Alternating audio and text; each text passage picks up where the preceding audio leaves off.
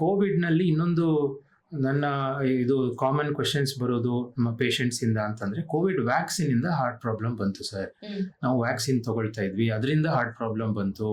ಅದೇನಂತಂದರೆ chemicals ಕೊಡೋದೆಲ್ಲ ತಪ್ಪು, government ಕೊಡೋದೆಲ್ಲ ತಪ್ಪು, so vaccines ಕೊಡೋದೆಲ್ಲ ತಪ್ಪು, ಅದರಿಂದ ವ್ಯಾಕ್ಸಿನಿಂದನೇ ಹಾರ್ಟ್ ಪ್ರಾಬ್ಲಮ್ ಬರುತ್ತೆ ಅನ್ನೋದು ಕಾಮನ್ ಮಿಸ್ಕನ್ಸೆಪ್ಷನ್.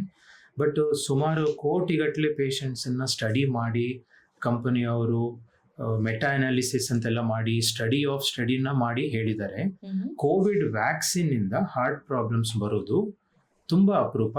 ಆ ಥರ ಯೋಚನೆಯನ್ನು ತೆಗೆದುಹಾಕಿ, ಮಿಸ್ಕನ್ಸೆಪ್ಷನ್ನ ತೆಗೆದುಹಾಕಿ. These medicines are relatively safe.